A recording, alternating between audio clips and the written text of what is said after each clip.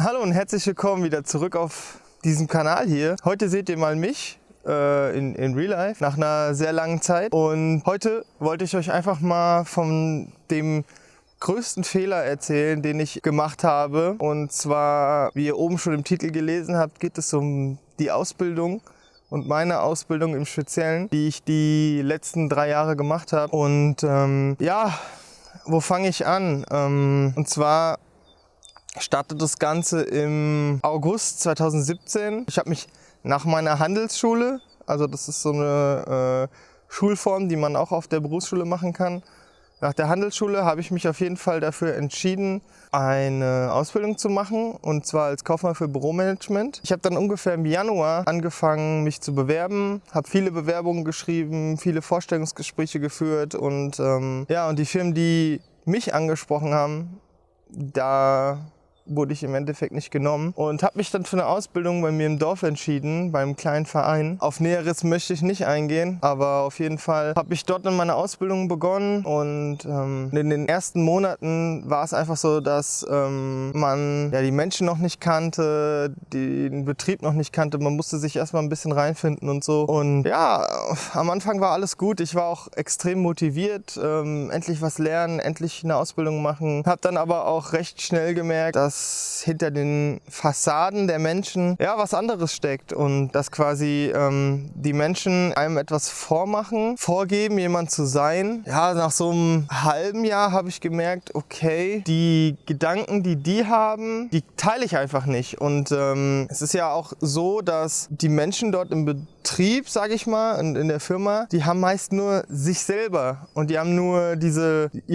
kleine Welt, die quasi von Montag bis Freitag besteht und sozusagen auch die einzigen sozialen Kontakte. Und als Auszubildender hat man natürlich auch Berufsschule. Daher war ich immer ganz froh, in der Berufsschule zu sein und Menschen um mich zu haben, die in meinem Alter sind, mit denen man über andere und aktuellere Themen reden kann und nicht die Themen, die quasi in unserer Firma gang und gäbe waren, war das Wochenende, waren Beziehungen anderer und es wurde einfach ununterbrochen gelästert und damit konnte ich mich einfach nicht anfreunden, sage ich mal. Also das war nicht das, was ich wirklich von der Ausbildung erwartet habe. Im Endeffekt kam ich nicht wirklich mit dem Ganzen so klar und habe dann schon nach einem halben Jahr gemerkt, okay, das ist hier überhaupt nichts für mich. Und der Beruf, also die Arbeit an sich, war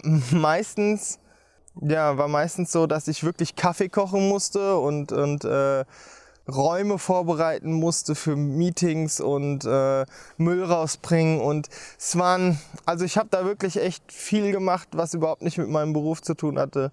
An dem einen Tag im Herbst musste ich auch mal Laub und sowas aufschippen und es war alles irgendwie, ich hatte so viele Gedanken und es gab so viele dunkle Tage, wo ich einfach am liebsten die scheiß Kündigung abgegeben hätte und gedacht habe, ach, leck mich alle am Arsch. Ich habe auch mit Freunden da viel drüber gesprochen und so und jetzt spreche ich mit euch darüber, um euch einfach ein bisschen aufzuklären, ein bisschen von meiner Geschichte zu erzählen. Ich war halt oft am Überlegen, ob ich das Ganze abbreche und einfach irgendwas anderes mache. Habe mich dann in der Zeit auch viel zurückgezogen, habe mich der Fotografie gewidmet, habe dort sozusagen mein neues Hobby gefunden, habe dadurch Abstand gewinnen können von dem Ganzen und es war halt einfach so, dass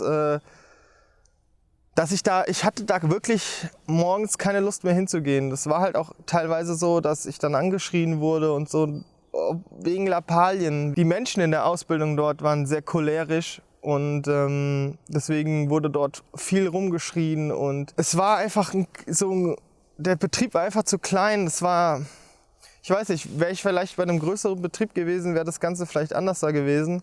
Aber so war es halt einfach, dass ich dort der Hampelmann für alles war, das irgendwie echt scheiße war. Und es gab auch Tage, bei denen ich mich nach der Arbeit einfach nur noch ins Bett gelegt habe und hätte heulen können, weil es einfach wirklich so schlimm war und ich wie gesagt, gar keinen Spaß mehr an der Arbeit und an dem Job hatte und an der Ausbildung und ich am liebsten einfach gegangen wäre, ja. Und viele haben einfach gesagt, zieh das durch, mach das zu Ende und danach kannst du alles machen, was du willst. Und mit dem Kanal möchte ich euch einfach mit auf den Weg geben, dass es vielleicht nicht immer die beste Entscheidung ist, einer Ausbildung nachzugehen und das zu tun, was vielleicht die Eltern von einem wollen, sondern einfach herauszufinden, was man selber will und einfach zu dem zu stehen, der man ist.